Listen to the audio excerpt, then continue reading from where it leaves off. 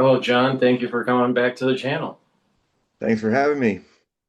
So, just to remind the audience, we are live streaming on YouTube and also simulcasting on X Spaces. If you have a question, please type it in the chat or join X Spaces, ask for the mic, and I will do my best to make sure you get your question in. In addition, please click the like button so we can grow this channel and share the links with your social media. In the description box, we have links that you can click that will take you to John's website and also to John's X page. Yeah, So please follow, which is subscribe. brand new, by the way. I finally got it caught up, and the as the website is still undergoing upgrades, you will see things much clearer in this new page than the older version that's not cell phone friendly. So, and it's amazing. Some of my articles have 10,000 readers already. So there's Great. 6,000, 8,000, 10,000. So leave some comments over in X too. I will answer all of them. Yes, this is an interactive show, so please ask questions. So, John, as I do some of the admin stuff behind the scenes, take it away. Okay, well, uh, yes, what do you, I'm a little stuck. We're just going to go ahead, or you want me to say? Yeah, no, no, Sorry, no, no, no. Go. Yeah, we're go ahead. beginning. Yeah, from the beginning. Take one. Okay, boop. Uh, yeah, well, I'm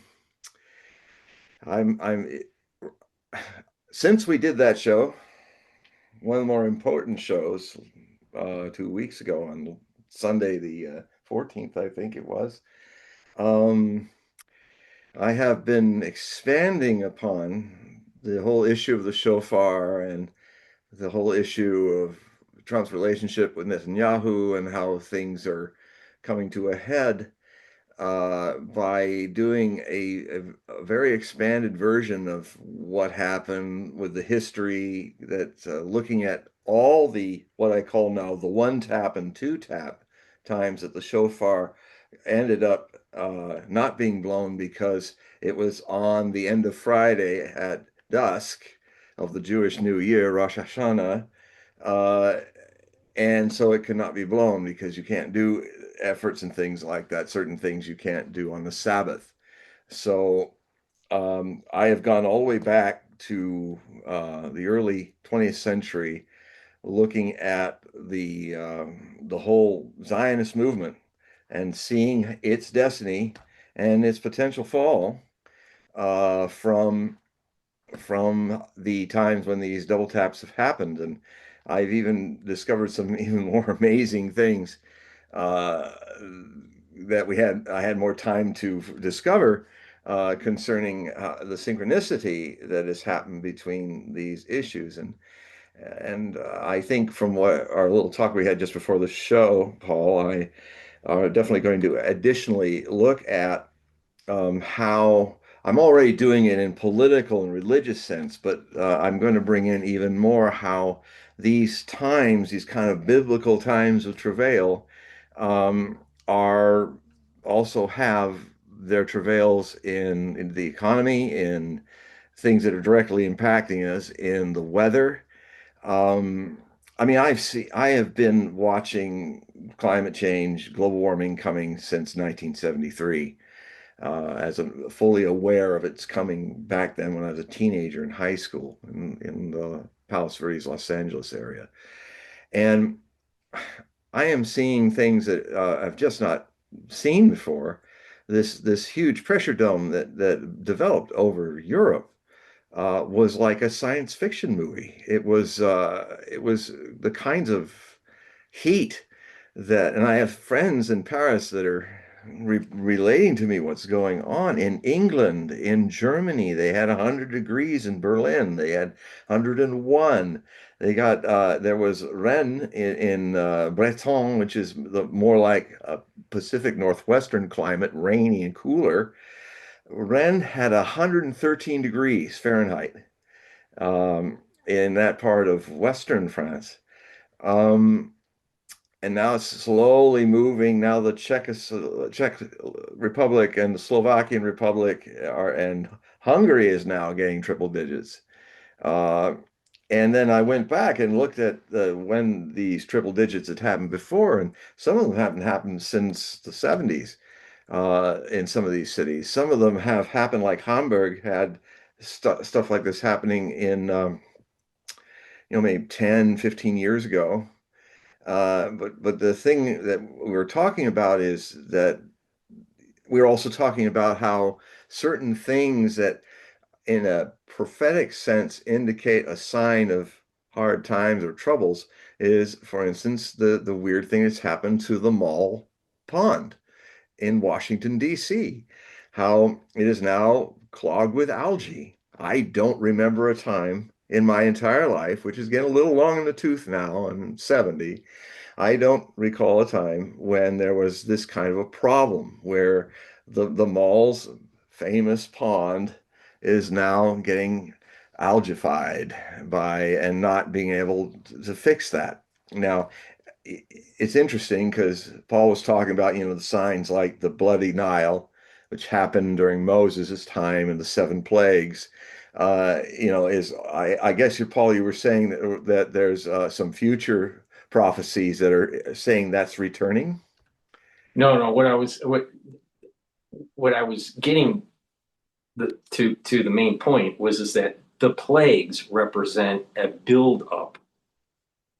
One Okay. plague leads to another, that leads to another, Yeah. that leads Okay. to the ultimate conclusion of a society. But so I just find it I find it odd and reminiscent, almost. I want to use the word prophetic, but there's a rhyme to Mhm. what was happening in the Bible and the Yeah. times that we are in today, and that the algae represents an embarrassment to the Pharaoh. Yeah. Now, Trump has this almost Pharaoh-esque aspect, Very much right? so. So this If algae, only he could look like Yul Brynner. yeah. So this algae is somewhat the reflective pool is part of the memorial for Lincoln. It also is representing the new birth of the country after the Civil War. And the 4th of July is coming, The Fourth of July, yeah, 250-year milestone, and we got algae there.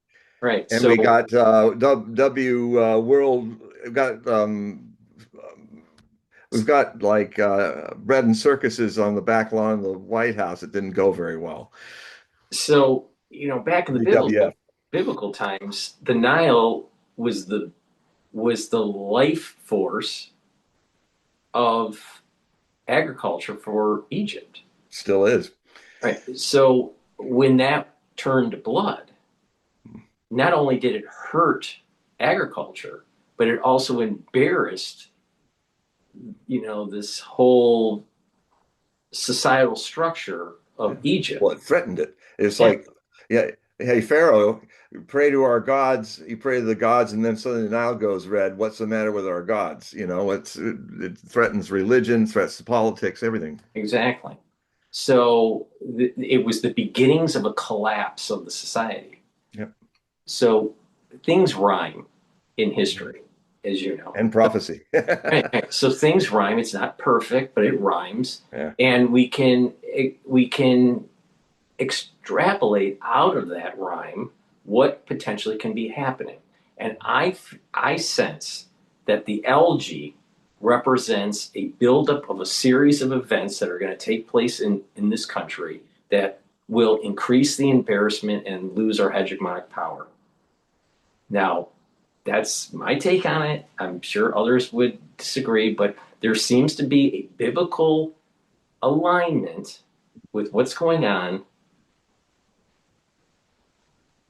and this curse that we're talking about with the Sabbath and Rosh Hashanah aligning in the next this year and next year.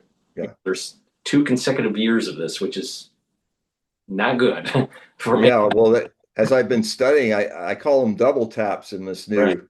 Right. That's a It's good like you term. get hit once, you try to come in to fix it, you get hit by a second missile from God or something or whatever. That's a good term. They, So the reflective pool represents almost a life force of our republic, rebirth after the Civil War. A lot of uh, civil rights issues were discussed around the reflective pool in front of yeah. Lincoln. Poor So this people's is poor people's town, the village that Martin Luther King set up that started to look at poverty. I had a dream. right. Martin Luther King at the Lincoln Memorial.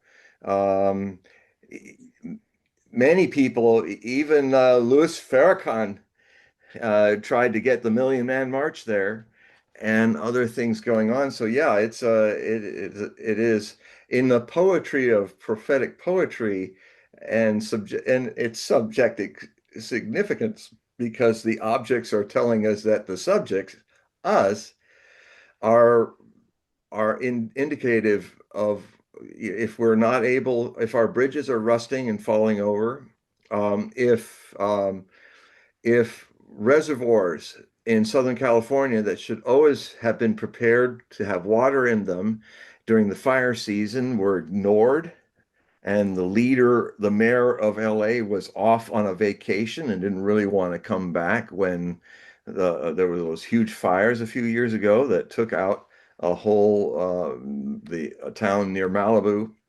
And what these show is the same things you would see when the Egyptian Empire was crumbling, when Rome was crumbling, um, the ponds and the fountains of Rome getting gritty because people don't care anymore. People are not motivated. And I would also add a famous observation of a great 20th century mystic, George Ivanovich Gurdjieff, who experienced this firsthand with the collapse of 500 years of Romanov rule in Russia.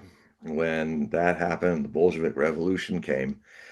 He says there, and I'm paraphrasing, he would say, there comes for every once in a while, it happens to the common people of the world that they go through these cycles after many millennia. They go through these cycles where they feel unconsciously driven to destroy much of what was created over an era and just destroy it.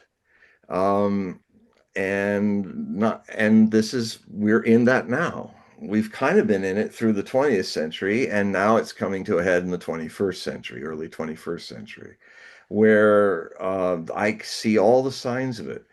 You can give it a biblical angle to the ponds and the infrastructure not being properly taken care of. This whole idea that we're throwing money at our militaries. Now we want to put a $1.5 trillion budget, and our infrastructure is crumbling. And what's also happening with these failed adventures in the Middle East of the United States is the world is recognizing that we're not even a superpower anymore. We're a joke, and we're people who can't be reasoned with. We are a country. Our leaders are showing the world that we are a country that our writ on any contract, on any treaty, is worthless. And so it's not just Israel that's doing the same, and also in an end of cycle, maybe the Zionist cycle, and we're a part of it. We're sharing this debacle of military disasters. Iran is winning this war, and we just had a whole explosion of more violence because some of the ships were not following what Iran said they have to go through this certain process in the 60 days. We're 10 days into the 60-day part of the MOU, the agreement, memorandum of understanding, and basically Iran's been following. When Iran fired on those ships that were trying not to follow the rules, there's nothing in the in the memorandum of agreement that that says they were breaking it. And that's the thing, the incontinence of mind of our leader and our government that surrounds him. These idiots don't even know what they agreed to. They're not reading it, they're not absorbing it. And now there's been a big fight back and forth. Days have gone by, hundreds of weapons have been used, and tons of gallons of airplane fuel has been wasted.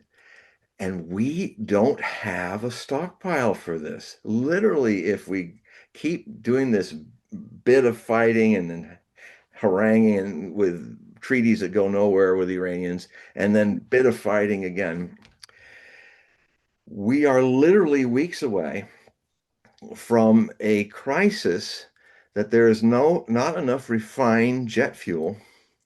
There's not enough. Our stock of strategic reserve, which has been draining, is now around 300 million barrels. It cannot go down to 150 million barrels without these huge salt mine caverns in the southern states. Three of them, I think, are where our strategic reserve of oil is put in. It can be put in a salt mine cavern because the salt doesn't interact with petroleum. But there's a problem. So here you got a big cave, and it's like this, and it should be around 700,000 barrels of oil. So it's usually all that oil is sustaining and supporting the architecture of all that salt that's a cave. But if you lower it past 150 million barrels, you actually compromise the salt cavern. It becomes the gravity, the oil's not there to help it hold itself up, and it could collapse, which means we may not have a place to put strategic reserves of oil anymore. So that's potentially happening. Our country runs on diesel for its trucks and its trains to ship all the goods and needs that we have. That is at threat now. Um, Trump kind of had a wake up and smell the brain cells you still have left moment when a few weeks back, 3 weeks back, I think, when he had the oil people sit him down and say, Mr. President, they were telling him what I'm telling you now. And he kind of woke up, and that's when he suddenly said, yeah, he did the deal with Iran. He actually surrendered everything to what Iran wanted, because in another month or two, we're going to not have enough oil and to run this engine of our economy. And it's probably the worst part is going to happen probably. We could probably stretch it out, but if we empty things out completely, it'll be right around the midterm elections that everything comes unglued. And so we're talking about this president, kind of for a moment there, certain brain cells were still working that were saying, oh, I'm done. I'm toast if that happens. And so but I knew he's so predictable in this way. I knew because I've been predicting his cognitive decline for years, that he would be the second one after Biden, who I also predicted for years, and nobody was really listening. And so what is now happening is that he is making this situation far worse. And so it's going to be a pretty volatile time. We are in an end of a cycle, a greater cycle than the United States. I mean, the United States had been. We've ended the first Pluto transit that I've talked about, which is a 248 years where Pluto transit all the zodiac. So it's a life cycle of the United States since the Declaration of Independence in 1776 to a transitional period where Pluto in astrology is moving related to the Earth and our position back and forth in our sky, which meant it did 7 passes back and forth, 27 degrees Capricorn, where the ruler of ages, Pluto, and cycles, was ending the age of the United States. The first age of the United States was ending and beginning again with revolutionary actions as it moves out of Capricorn into Aquarius and accelerated by the return of Aquarian Pluto over the birth of the French Revolution, which is coming in 2034 through 36. There'll be 4 transits over that. So we're entering a time of revolution. And just as it often happens when things break down, the French food system broke down because of weird things happening with the climate, just like they're happening now, only much more than before. And these, where if a freak thunderstorm in 1788 going across central France could destroy the harvest of 1788, with the ultimate consequences happening by July 14th of 1789, people had bread that was too expensive to buy. They rebelled, just like people rebelled across the Arab and North African Islamic world when in 2011, a huge monsoon freak band of thunderstorms absolutely flooded Pakistan for months in the Sindh. But its counterweight was a high pressure dome over Russia that in 2010 um, happened. These 2 things happened. And in 2010, it was so severe, there were 500 megafires across European Russia. Um, it was so bad, they lost, I think, a fifth of their grain production, which meant that they could not export for 9 months Russian grain, affordable Russian grain, because if they did, their livestock industries would, all the animals would starve. So where did all the Arabs countries go? They went and bought grain from, just like people used to be able in Europe to get cheap Russian natural gas, and now because America blew up the Nord Stream pipeline, and to cut Europe off from Russian cheap gas, to force them to buy their natural gas in the United States at a price 4 times higher than is sustainable to keep a European society going like it is with its social program. It's, all the stuff that's high taxes, but it used to go to, that was enough to keep the German industries going and the industries of Europe. It was enough to keep this kind of high-end, expensive, but nice, where you get free Medicare and all of that.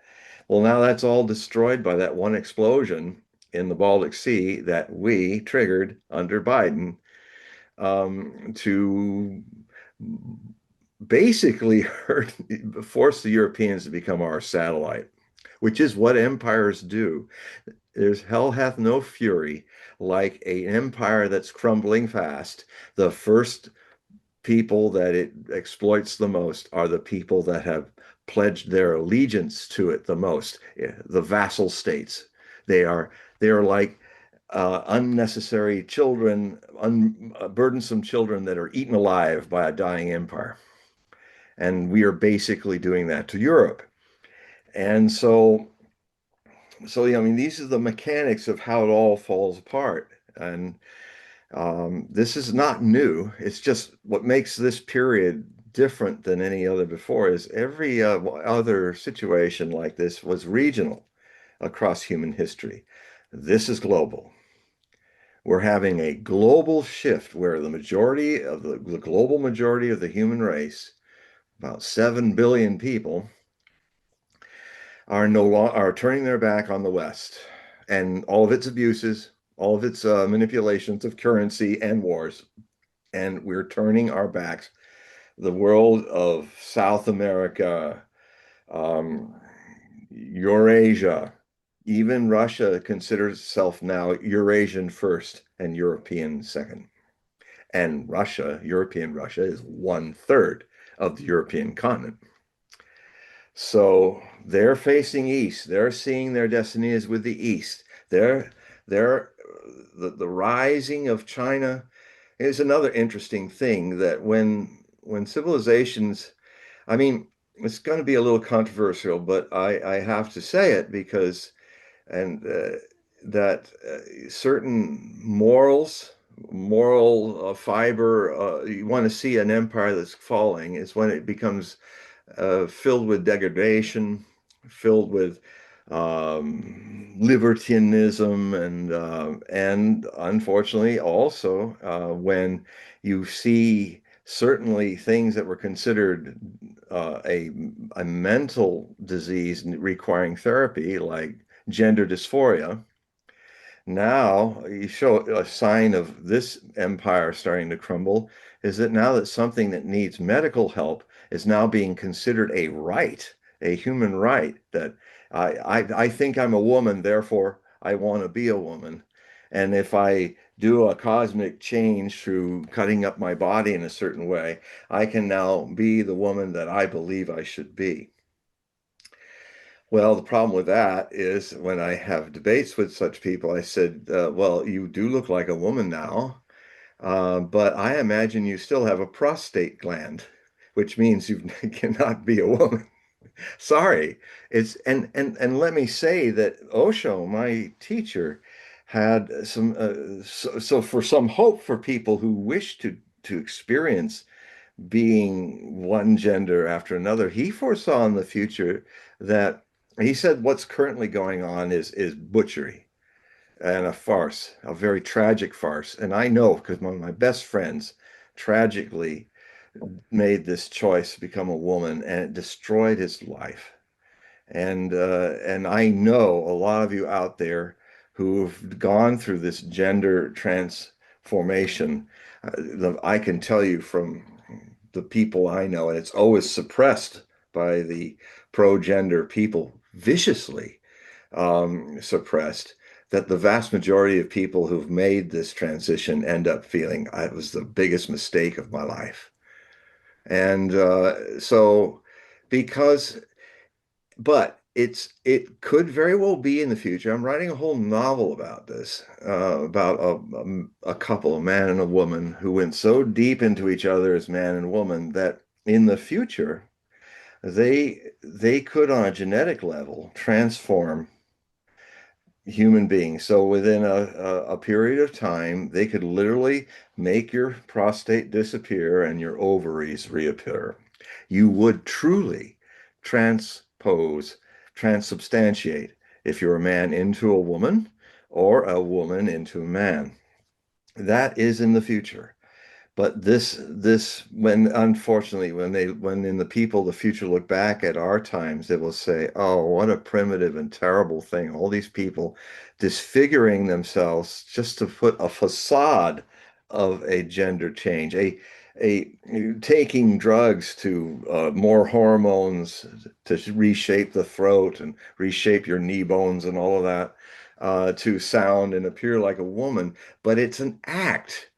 You're not a man if you transition into one as a woman. You're not a woman if you do the same as a man. That will be coming, not in this lifetime, not maybe not for 1,000 years, but it will happen someday. But it will not be guided by gender dysphoria, by a psychological illness that where one wants not to be a certain person. I have great compassion for people who have this psychological disorder, but it's a sign of the end of a cycle of a civilization where people start to pretend that and make it legal that you have a right to butcher yourself and do such things.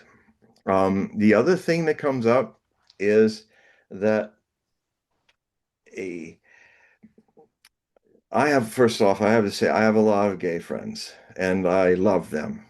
And I would say that a lot of my male gay friends, I love them because unlike so many hetero males, they are so much more generous in their affection hugging and being lovely. And so there's always a natural space for that. There's always, I remember I was just talking about it that this is going in an interesting direction, but I remember experiencing the stage that happens around prepubescence, where and this is a natural stage where you go through a period of a homosexual appraisal of things. I remember as a child, I was looking at all my friends, the boys in my playing with, and I suddenly saw them like as if they would be naked, and I had this feeling I never had before, really stirred some first urge of sexuality. And it's actually quite natural. I'm sure a lot of you boys who coming to men have had that experience, similar with women. And for most people, that's a stage that happens before heterosexuality. But in some natural ways, some people don't have that stage. They move on from that homosexual reality. And I would say in that case, it's not a disease. Not a choice even. It's a reality. And so, but when it becomes this kind of out there hanging all over, strange and lots of, well, the society gets threatened. um, I used to live in Capitol Hill, in Seattle, and we had the gay pride experience. It just happened. I haven't lived there for a while, for about 26 years, but I lived 11 years in it, and I loved it. And I'm not gay, so it's like, but there will be pushes to force a reality on people that and then you're expected just to say, well, this is okay. Well, it isn't okay for a lot of hetero people, but that doesn't mean there has to be violence. It doesn't have to be forced. I mean, people should have the freedom to experience and make mistakes or not, living the way they are. So what I'm trying to say is, I'm trying to, because this is a delicate subject, is that there is in every end of a cycle of a civilization, one of the symptoms of it is that there's far more almost forced homosexuality. It's good. We all must be that way. Kind of forcing it upon the society, when if it was just left alone, it'd be just fine in the society. Now, I'm saying there's a fine balance with that, because some people have really persecuting gay people, and that's not right. But I gotta admit, it's happening again. Uh, Whether it's controversial or not, this is a sign of where certain, like, morals as we know them are going through a difficult patch where they're transitioning. And what is interesting, that's also happening with the rising powers of the world, the global majority, is that you will find, and maybe they're too suppressive with it, but this reality is reality. The new and rising parts of the world tend to solidify their respect of their morality and traditions. Russia is doing that. China is doing that. Where the societies that are declining are kind of unraveling, for better and worse, unraveling their ideas of what is moral and what is right and wrong and how people should behave. And the West is definitely going through that, and Eurasia and South America and all that is wanting to uphold their religions, their faiths, their things. Um, and so they're on the upswing of that. And you know what? We did the same thing when America was rising. That it was about mom, dad, family, the family as the structure, going to church, going to synagogue. That was really in place. Now that's all kind of unraveling. So I'm sure I freaked out a lot of people just now, but you know what? It's good to get freaked a little. You wanted to get freaked a little bit here. All right, so I went into Grok, did a little experiment again, Yeah. and I took a look at what verses come close to 8647. All right, And what is 8647? 80. I thought 8647 was the number that the liberals are mentioning to assassinate Trump, isn't it? 8647. Oh, you mean August Eight? the No, no, 6th? no. What they 86 means shoots. Knock him out. Yeah, we're Right. in 86. 47 is his presidency. Oh, 8647. Okay, so if I Yes. take Okay. 8647 as a number, Yeah. and all of the Hebrew letters have a numerical value, one method in Gematria is to look for phrases within the Torah that are close to it or exact. Oh boy. Now, this is a large number, so it's hard to get an exact count. So Grok found four phrases or sections of the Torah that are close. All Hmm. right. This is kind of freaky. The closest one is Exodus 32, chapter 32, verse 15 through 35. And that's when Moses comes down with the tablets and smashes them, and also dealing with the golden calf punishment. Oh boy. All right.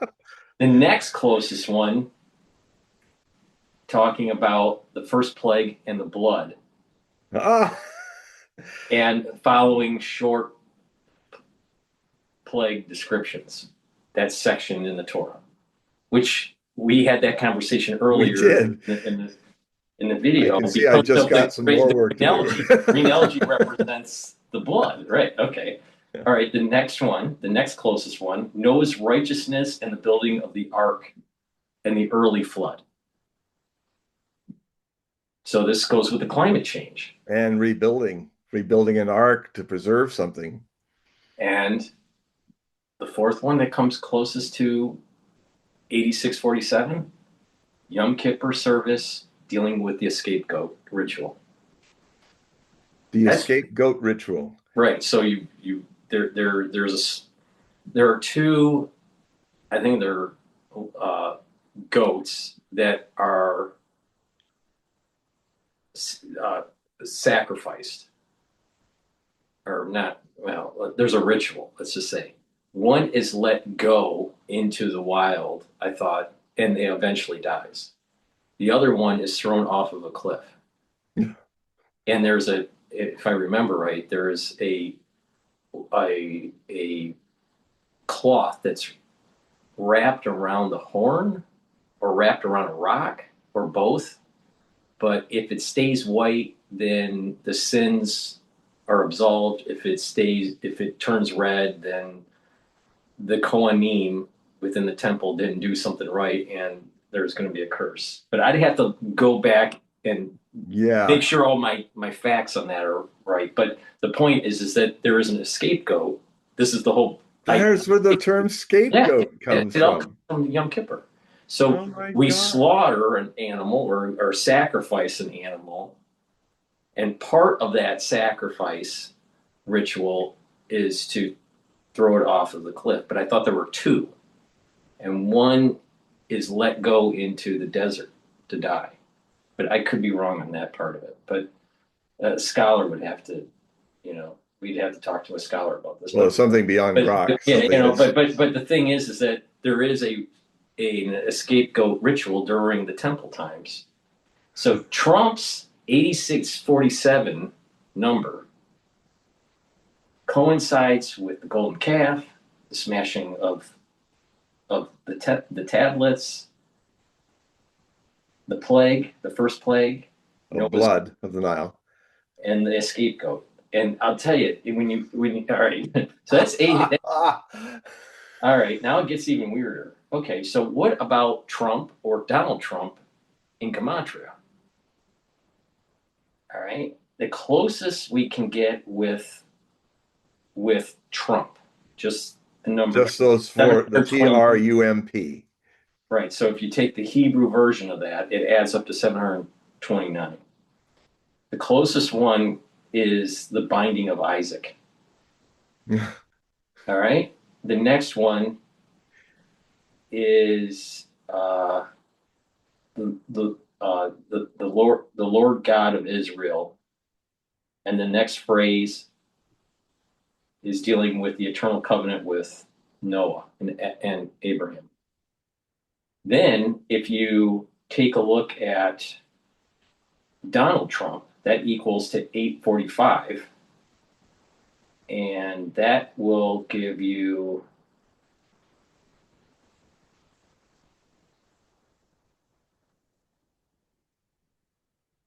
the closest one is, and God said, "Let there be light."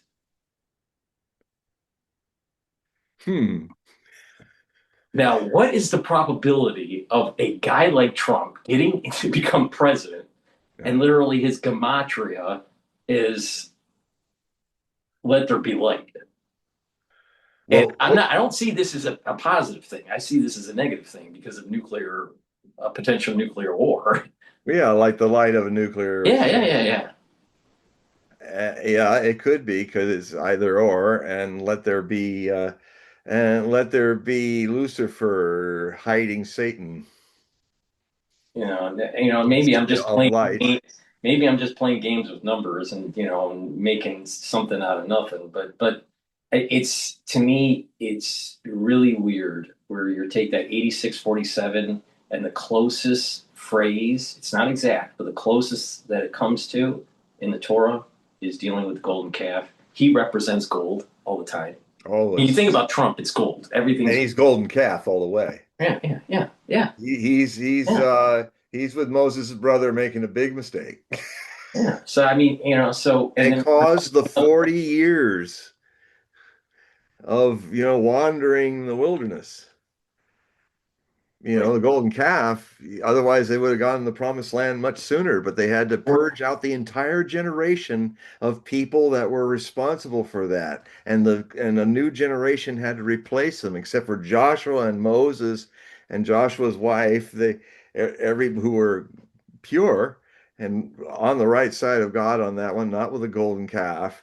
So they had to purge out basically what is a Baal god, Baal Hamon, you know, out of their Jewish Hebraic religion. And so for 40 years, what it reminds me of, Paul, is it's back to the other issue about, and I write about a lot about this, but now thanks for all the extra work you're giving me. But it's good. The the there's this process that's happening, and we've gone over this theme before, and I've talked to Ariel Zadok about it, and that long story short, this thing in 1948, this thing that Herzl and the Zionist movement, this path of Zionism taking Jewish civilization back into Palestine the way they did is not the way it was supposed to happen. And it will be punished. And it could require another diaspora. My God, already 1 million citizens of Israel have left. I mean, one of the reasons why the ones that remain seem to have 70, 80% support of Ben Gvir and all these monsters and Netanyahu are monstrous genocidal people, is because of a lot of the Jews that can't walk that path with their neighbors have left. Have already left. The diaspora is already on. At least 1 million Israeli citizens are never coming back. So, so it means a retribution is coming. A Babylon, it's coming, and the whole thing the Torah, as I understand it, talks about is that we were talking about that. Let's see, what's that phrase? I always have it here. The 215 years From now, there's a better time where the people of God will be invited to come back into the promised land. This time in 48 was a rape and pillage and a conquest about people that deep down Zionists, scratch a Zionist, and you've got a Bolshevik atheist. It's like a communist Hebrew. Well, another way to look at 8647 is that 47 years with the conflict with Iran since the Yes, this has been 47 all years. right, It's so true. 86 could be war with this duration. And in Kabbalah, 47 is dead man walking. Well, interesting. Somebody who doesn't have somebody, there's other issues of it, but 47, now that he's no longer 46, I've written a lot about this. 47 means he's kind of like he's not there. He's a man without a soul. He's a man that's not able to communicate because he's cognitively declining. A shell of a man walking, it can also mean. But then again, as Trump is a strange medium that he is, sometimes Trump will say things that are absolutely brilliant, but it's almost like he's a channel of somebody else. Um, so it's like a zombie president would be probably a better English way to zombie president walking, a guy that is not really in control of his cabinet, who is a slave of the whim of the opinions of others. And he might have moments like he did getting the message from the oil people that this was going to be a disaster for the United States coming in the world. And it would be he wouldn't finish his term as president. If this thing happens, he'll be thrown out, and then he'll probably be put in jail, and all of his family will be put in jail too, because it's going to turn over to the Democrats. And frankly, I look at the Democrats as being as worthless politically in America as the Labor Party is in Britain. I mean, they dropped the Conservative Party. It's kind of a parallel what happened a few years back when the Conservative Party imploded and pretty much was out of power. And all that was left was Keir Starmer and the Labour Party, which is useless. And then there's this kind of thing coming up with Reform Party of that could happen. But when I look at this election, I'm starting to now get kind of feelings about this midterm election, and I sometimes wonder if, despite all this mess, that actually Republicans do better than anybody, including myself, think they will do, because everybody's attention will be on this is what you get. Yeah, conservatives made a mess. You want Keir Starmer? You want a U.S. Keir Starmer party? And he's just an idiot that just finally got kicked out by his own party. I mean, the mediocrity on the side of, I mean, a lot of the younger people from Gen Z that like to vote Democrat that voted for Trump, they're very disappointed with Trump and they have a right to be. But are you going to go back to, uh, Mayor Gruesome? Or this idiot that's been the mayor of Los Angeles that let a big part of it burn up because of the things that she did, and kind of Right. you know um, the Democratic Party uh, has no answer for you. What's really needed is a rebellion where a non-alignment becomes a party, where because this whole Democrat Republican thing is dead. And that's another thing that's going to fall away. And we could go a whole other show on that. Closer Well, to when we look at that 8647, assuming 47 represents Trump, well, it 86, does numerologically. He is right? the So, 47th president. right. So, And also 747, 7, 8, 9, 10, 11, 11 is also kind of a danger, a vibratory thing, like September 11. right, It's right. a, yeah. 86 is also Elohim, which represents God as the creator and judge. So So this, I'm I'm telling you with My Jewish part is saying, oy vey, oy right, vey. double tap, double tap away, babe. But you have the The double double tap. tap going on with Rosh Hashanah, two Yes. consecutive years. You have this. Everyone's talking about the 8647 stuff, right? And it's like a hint. Sometimes it's hard to describe this. Sometimes in our plane, we will be reminded of something in Yeah. a dream, in some sort of symbology, whatever. Yes. But that we keep on hearing for several years now, 8647. Yeah. Also, 4547 is another one, which I get Yeah. That's it. 9/11 from. All right. Yeah. But the thing is that 8647 could actually be meaning, uh, hinting that pay attention to this. Something bad's coming. You can stop it, Yeah. but that something bad is coming, Yeah. and you need to pay attention. The symbolic language of prophecy. It is a language. It can be listened to or ignored. And there's so many different kinds of prophetic tradition that deals with this. We're dealing with the Hebrew right now, but there's so many, many ways that the mystery is trying to tell us something. And it is up to us to listen or understand. Because even prophets are, most of the time, I think prophets are just telling us what they were revealed. And that doesn't, we presume that they know what it means. And I think it's more like, no, I don't know what this means because it's not about my time, in some earlier times, but there will come a time where the people where this is supposed to be understood, they will know because it's not about us 1,000 years earlier. If you're talking, it's not about the biblical prophets. They are just the messengers. Sometimes we kind of think that the messenger has to know what the message is and has a degree in the message he's sending. Look, somebody just says, look, here's the message, go tell them. Well, he doesn't know anything but to convey the message. And so he asked him what it means. I don't know what it means, but that's the message, and I've been given it from the beyond, and it's up to you to figure out what it is and make it better or worse considering your intelligence and wisdom. We do have John on X Bases. So, I'm sorry, John the Apostle? not John. I'm sorry.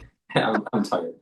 We have Don on X. Don! So Don, if you want the mic, I'll give it to you because we weren't able to get to you Yeah. 2 weeks ago. So if you want to ask your question, if you remember the question, or if you just want to chime in, just let me know. Lay it on us, Don. But we do have someone typed in the text that they took a look at your Millennium book. Yeah. See, picked it looks like he picked it up at the book fair. Yeah. Yeah, not it'll be the Millennium. Well, there's Nostradamus and the Millennium. That's my first book. And then there's the Millennium Book of Prophecy. Those are the two real starters. And there are so many things I predicted in them. First one was out in 87. The second was out I conceived in 1990 and was finally published in 1994. But there's a whole lot of amazing stuff, like a lot of themes that I've been working on for all these years. They started there, the idea of the roaring 2020s, the idea that climate change was not coming severely at the end of the 21st century, but somewhere around 2030, 2040, and many, many other things. The police state with a smile, all that stuff I started writing about in 1987 through 1990. We do have a question here in the text. I don't know if you want to answer this or not. Well, What do you sense in terms of gold, or I'll expand the question in terms of the markets? Do hmm. you see in 2026 or 2027 as we go into this double tap? Do you see markets collapsing? And do you think that people are going to be moving towards safe havens like gold? Or are they just a false safety? Well, the thing about capitalism, it comes from capital, capitalis. It means from your head. So whether it sinks or swims is dependent on the social contract of a bunch of people who agree that this idea can be made an action.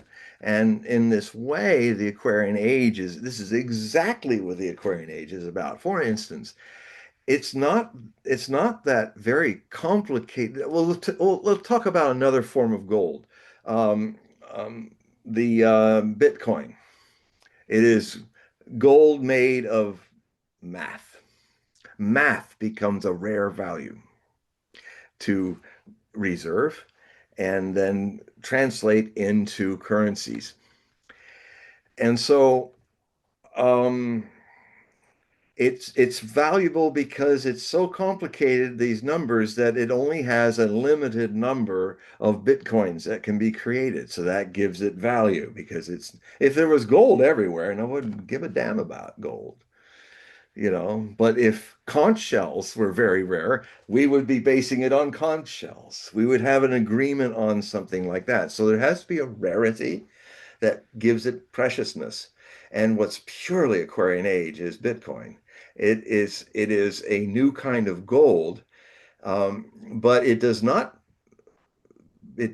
transcend the other reality that is an ancient reality that may come back again, and that is I think it's very likely, and I think you can see the Chinese and the Russians and everybody that's kind of in the BRICS world are buying up gold like crazy because they are already seeing the light that we will have to come back to a kind of gold standard.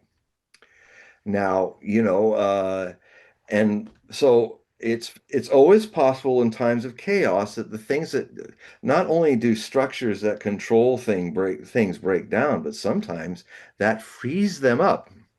So it's possible that gold will finally be gold is like being sat on by a certain system of carnival casino buying and selling called the stock market, which is and the biggest mistake that Bill Clinton made was when he took away the wall that FDR made between Glass-Steagall, the wall between the fake economy that's a carnival economy and real things and things that are built and things that are made of real things like gold. And it was the greatest, what FDR did was the greatest streak of prosperity that the human race has ever seen, that Bill Clinton began the end of, and the end of his presidency, his second term, when he removed the barrier between the real economy that makes things and the speculative hocus pocus uh, casino carnival economy. And so now there's no the first thing that a good president which must do and a good government is bring back that wall. Make banking as boring as it used to be.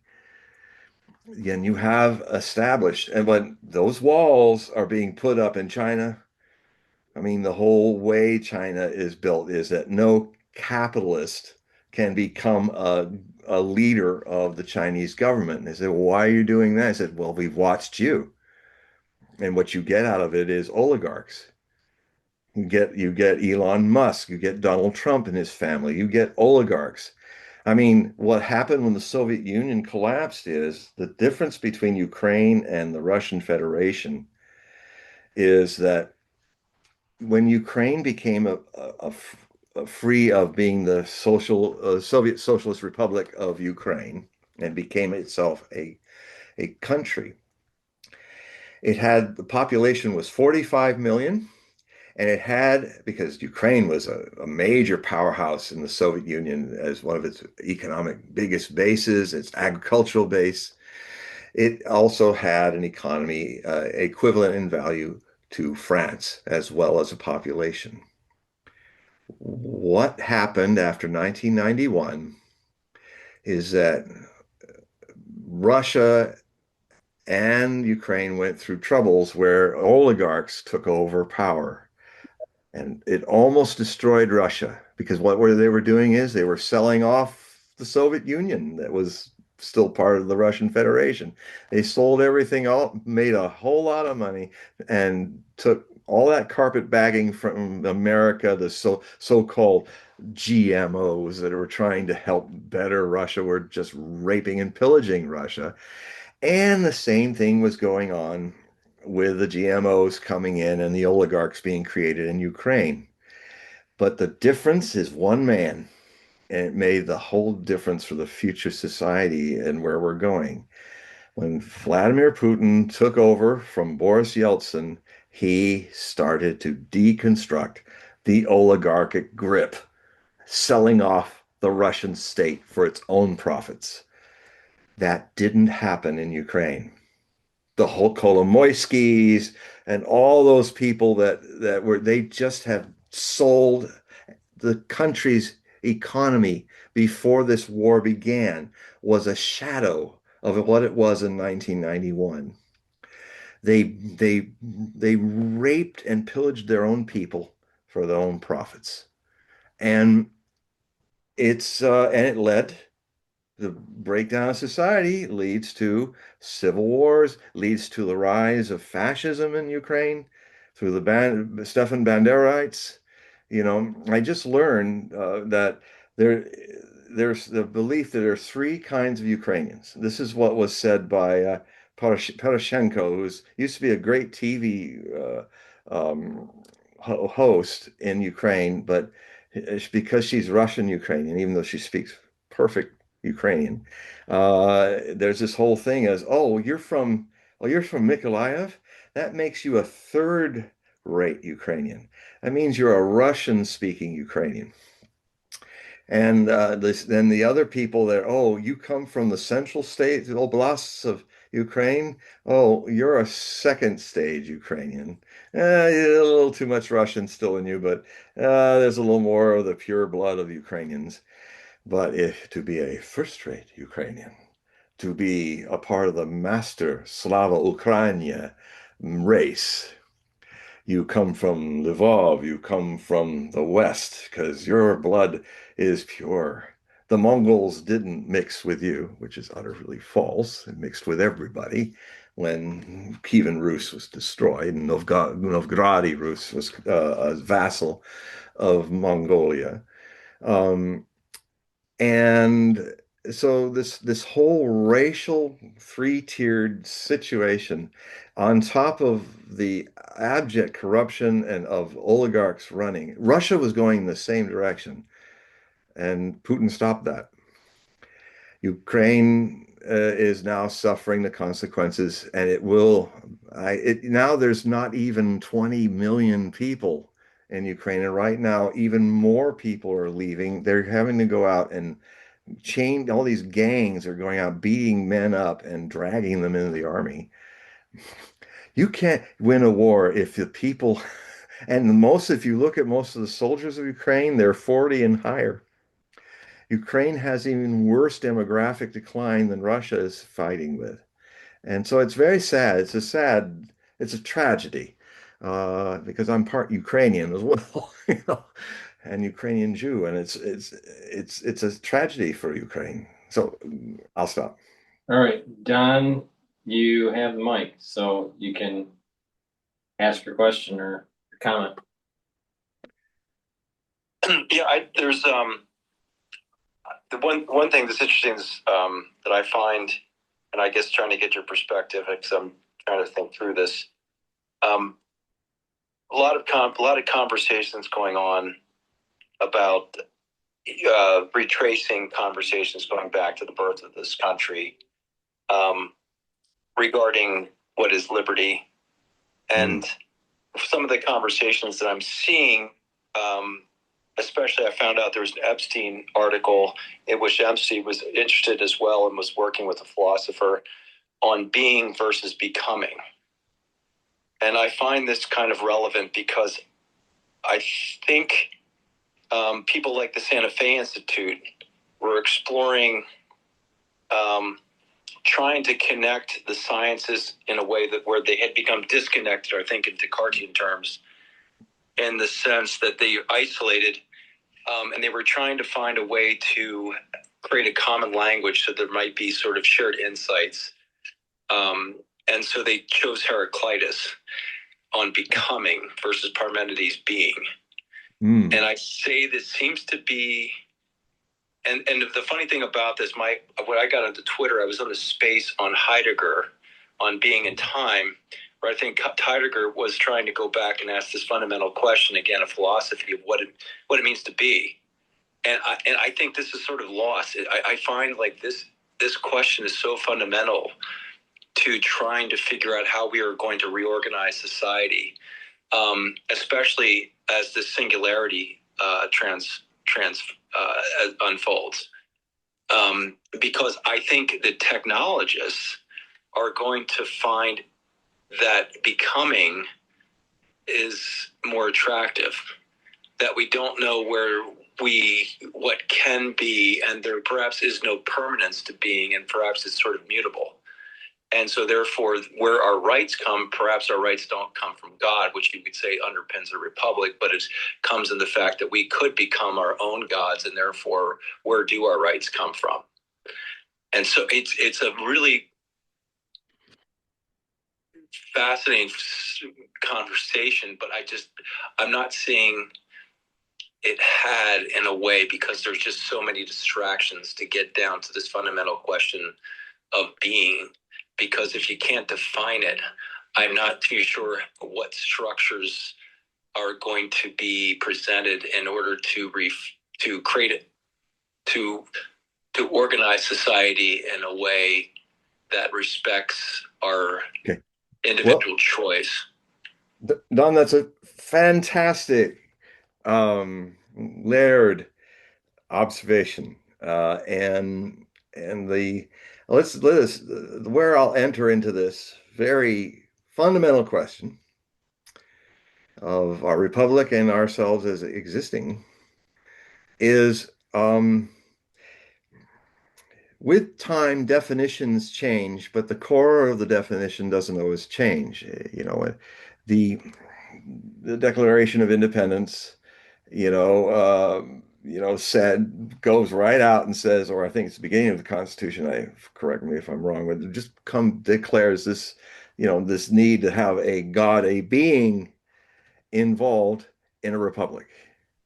Now, that doesn't just mean, God means a lot of different things to a lot of the Americans of many religions and experiences.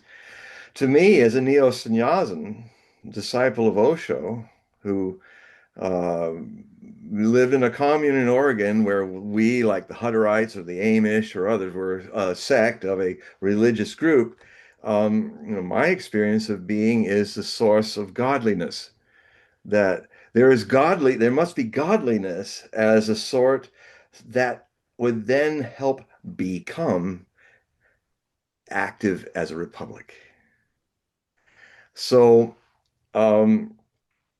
so that ultimate truth, which some religions personify as God, and some more atheistically bent religions like Buddhism and Zen and other things, they see the personification as an impediment to the immediate connection of being free of a person, but a source of people rather than the ultimate person, God.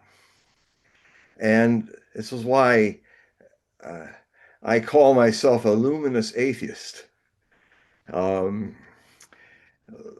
In the Zen and Buddhist way of looking at things, that the debate can happen, you see, but the Republic doesn't have to sit on and criticize a person's feeling that God as a person, as a divine being, is separate or not, is a problem, because that, if we can all agree in that the being, that source, whatever you want to call it God, call it love, but if the source has, because it will in the world of forms, The source is not of time, but we find ourselves as part of being thrust in, who that never is born and never dies, by the way. We find ourselves visiting this world that is the creation of the God or the godliness, that is this vast creation, as they say in the Hindu world, a great play, a lila, that the whole thing is all the world's a stage, and we are the actors playing our roles into it, to murder poor Shakespeare's line from Hamlet. But Yeah, life is but a poor player that struts and acts as, what is it? It's upon the stage and then it's heard no more. It's, yeah. yes, that's a rather that's it. But yes, but the so I think what's important in the future of Republic is to get it clear that people will define that mystery source of that eternal light that is timeless, never born, never dies. Whether there's a religion that requires one take steps and then have a judgment and then be one with that source, whether it's Emmanuel or Jesus coming back, um, or it's Kalki in the Hindus, or it's Maitreya of the Buddhists. Um, but the problem between those who wish to be and those who are into becoming, frankly, I'd say Heraclitus is the one who's into being more than becoming. I've just read his fragments that have survived the tests of time. That Osho did a whole discourse on it. He's my favorite Greek philosopher. Um, and he's very much sounds like if he was speaking that stuff in the Buddhist lands, he would be considered a Buddha, an awakened one. Um, so he's very unusual for him. They called him Heraclitus the Dark because it was very hard for the Aristotelian Greek point of view of things to really grasp what he was trying to say. But when you read it, if you're immersed into the scriptures of the rishis and the Hindus and the Buddhists and the Jains and all, it's like, oh yeah, okay.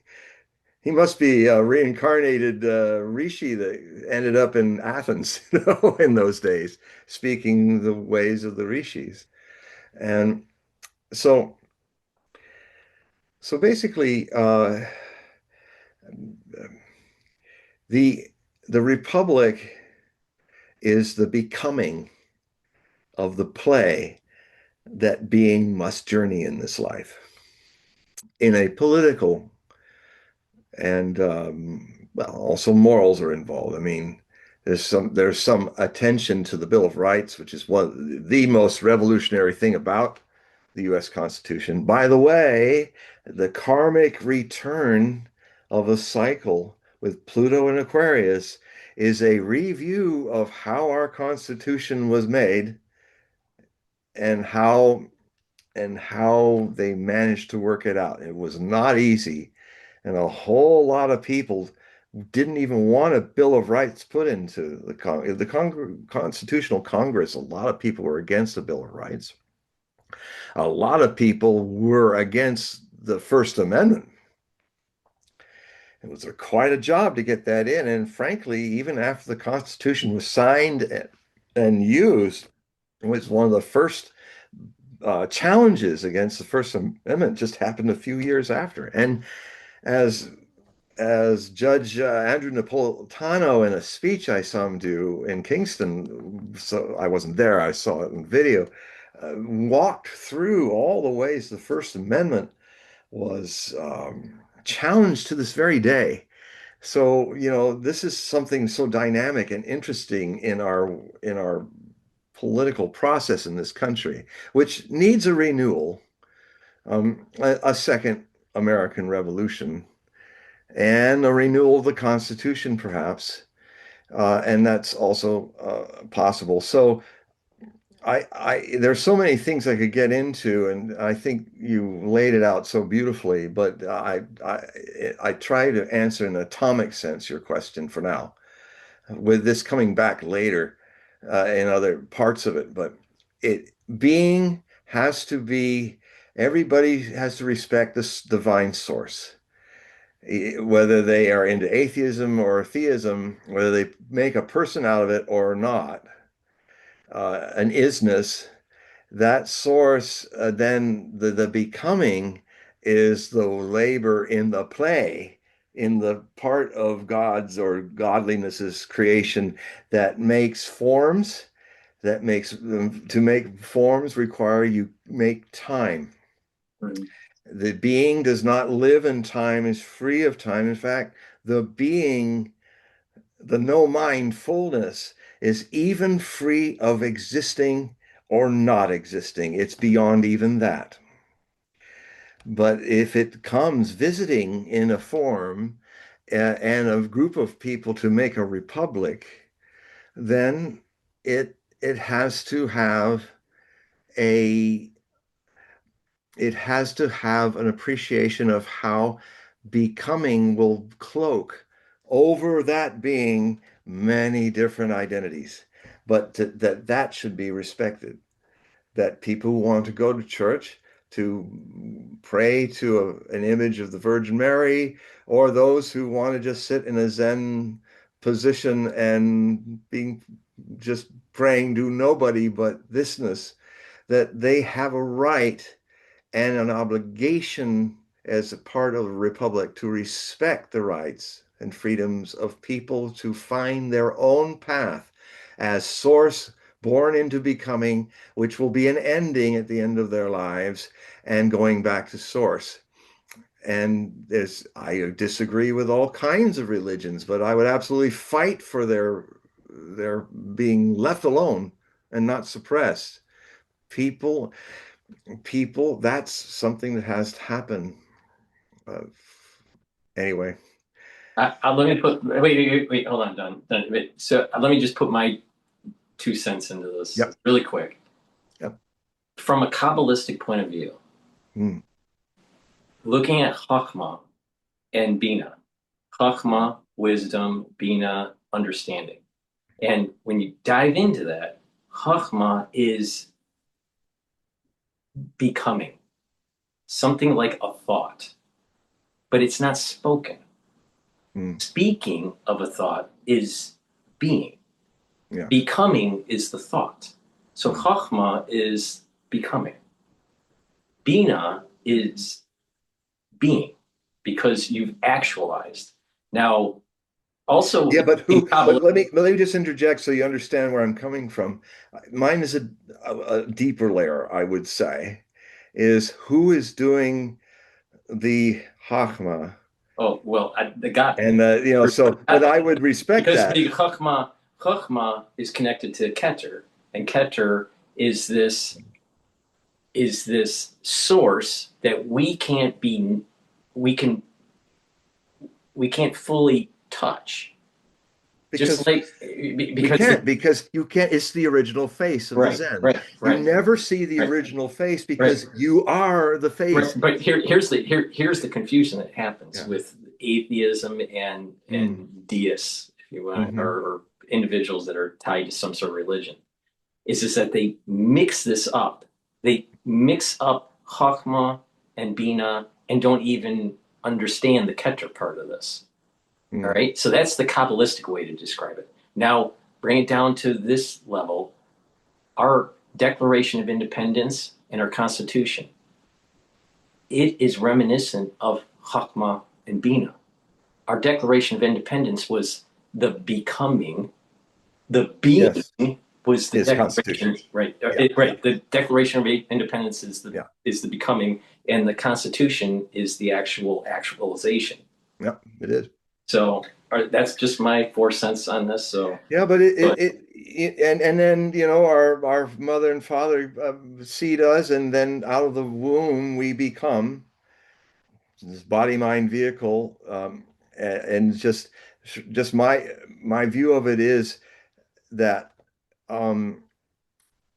And everybody's view should be pursued to its But, ultimate but from a revelations. Kabbalistic point of view, there is the Kab flow, and that flow is from the Godhead or Yeah, whatever you want to call it. But it doesn't. yeah. It The just Kav I'm speaking of, it all comes from the Kav.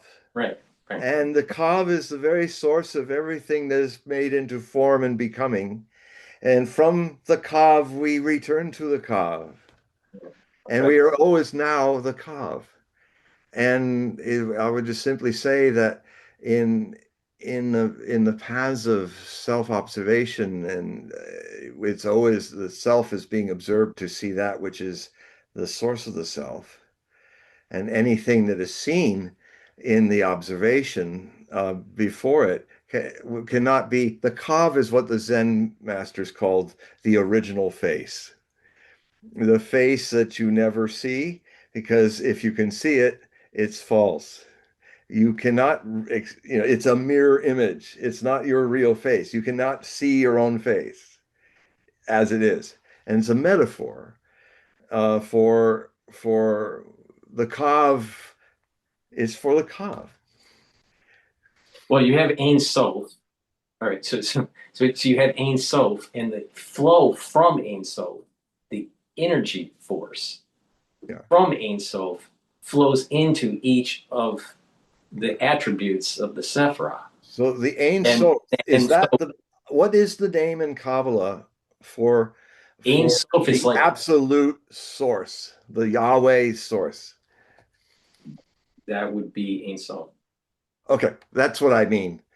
I don't mean Kav. I mean The Kav is the Ein flow from Ein Sof. That's the energy force that allows for us to become. be. Yeah, right. And Even being is a becoming. depending on which attribute it is Yeah. in the Sephiros, Mm. depends on what metaphysics is happening. Yeah. That's why I love Kabbalah. What is being created. So all right. So all right, I think Kabbalah for me is the highest yeah, form of Hebraic it's like teaching. quantum physics of script. Yeah, But it's remarkable. yeah, And it has so much, it's so close to the source understandings of some of the highest of many other religions. It's just in this beautiful, unique way, says it this way, and others say it another way. yeah.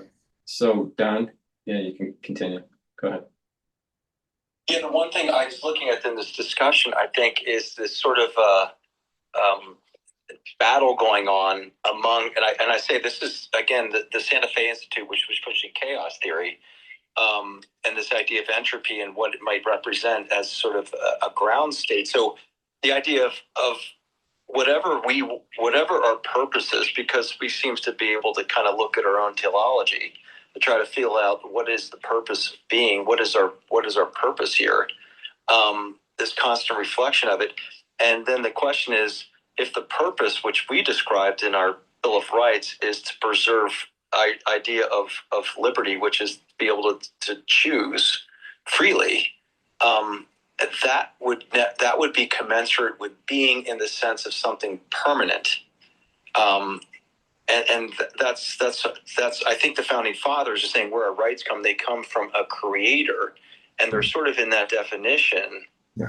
something that's permanent in the sort of the habit of species of being a human. And that's where I'm going with. Now, on the transhumanist side, what they're pushing for is the singularity where we merge with the machines. And now in their path, say becoming in this merger with the machines. Now the machines, in their idea, if you talk to Kurtz on stuff, will actually become more intelligent than human minds. So in that sense, then what is becoming mean in that sense of the singularity, the direct in the definition of where the technologists are leading us in this merger with the machines, where computation essentially is now the transcendent property over sort of the messiness of human cognition. Yeah.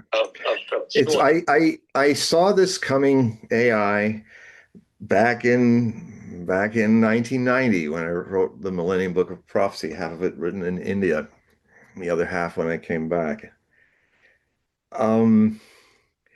The I'm sorry to stop your flow for a moment, but there's I want to the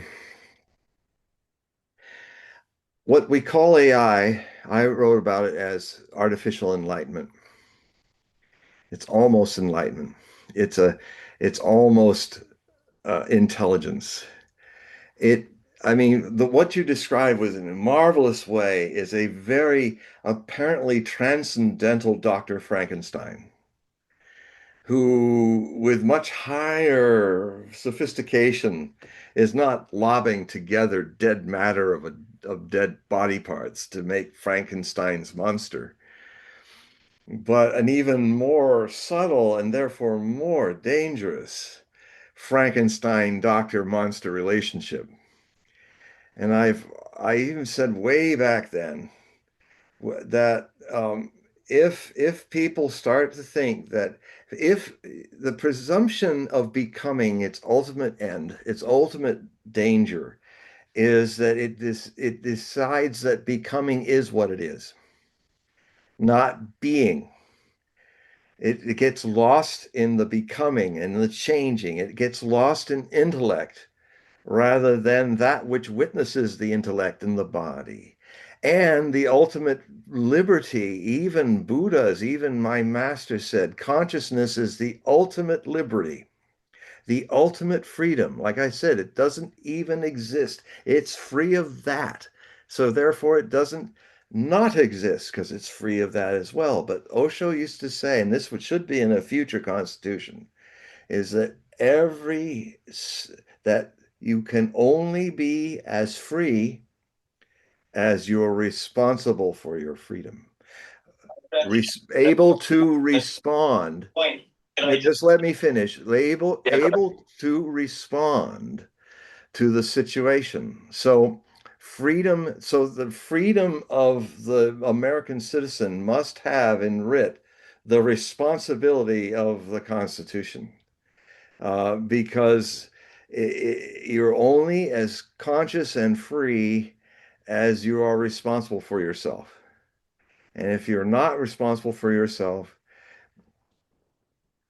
then you're not free. I mean, I personally think that our mission as a country, all right, from a metaphysical level, is very reminiscent of the vessels breaking and trying to bring back those pieces into a whole form. Mm. So this is reminiscent of what Lincoln was saying about a more perfect union. Yeah. So this is why I keep on saying that the Declaration of Independence is Chokhmah.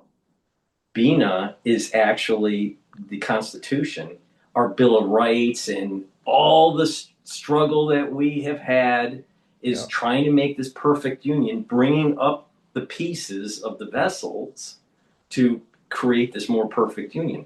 So now to get to something that's a little bit more understanding, other than this metaphysical concept that I have here, is that you have you are the problem with the artificial intelligence and the Kurzweil singularities issue is this, that they don't subscribe to the idea of Kav coming from Ein Sof. They believe that they are Ein Sof. Yeah, this is egoism at its worst. In the Sefer Yetzirah, it states 10, not 9, and 10, not 11. Meaning, this is a kind of a poetic way of meaning, there isn't the taking God out of the equation, nor should you put yourself as God into the equation. Yeah, because so the Singularity Institute and these individuals that are pushing what Kurzweil's pushing, and there's a lot of them, especially in the private equity and the VC world in California. Yeah. They're just wrong from a metaphysical level here. And so we're not being. So I suspect that if we get so close that there's going to be a merger between man and machine to the point where we're no longer a human being and we're a new species, there's probably going to be some sort of truncation of that technology. There's Well, yeah, there's I going to be mean, some sort of force, it, some sort of war, or some sort of yeah, thing that prevents that from happening. like Frank Herbert and the machines, and when everybody rebelled against the machines, it's the So, problem is the fundamental thing of the singularists is that they are pure ego. They can't see that their ego is also a becoming. They think the ego is that center that they I'm have talking about. It is ego, not. and they have a God complex. Yeah, which Combination. means the They ultimate want to be ego is an God. ego who thinks I'm God Yeah. and you are not. And therefore I will dictate how, and some of these people are even writing their own Mein Kampfs right now that are pretty disgusting and terrifying. These people are psychotic. As was Dr. Frankenstein. Right. So if we hold the idea of this concept that there was a creation, there were days, whatever that means, of creation and a rest period, and there are laws to prevent the crossing over of species. There are laws of certain plants can only be planted, so many feet away with another type of plant to prevent cross fertilization, right?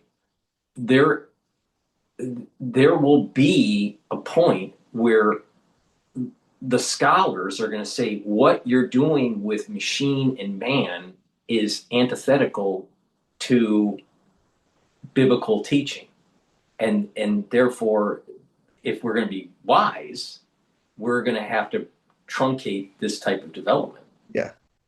The Leela is source to the being, the play. But when one forgets the source and thinks they are the play, then they want to master the play Yeah. and make it in their own image, When I in was their own image, yeah, and it doesn't work.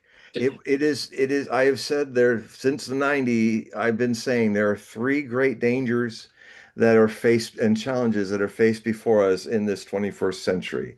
The first two are not as dangerous as the third. The first is the thermonuclear war that could even nearly destroy the human race. We can survive that. It's the even greater danger is the sixth mass extinction that is heating up the planet. We can adapt to that. But if we think that our ego is the center, which is a more subtle becoming, then we are denying our divine spark and we will be destroying ourselves. now to get back to what Don was saying about the Santa Fe Institute, Yeah. they had a lot of research, especially in emergence and complexity science. Mm. I even cited it in my dissertation. But the thing is that the idea of emergence, but that doesn't necessarily mean that emergence has to be in a godless environment.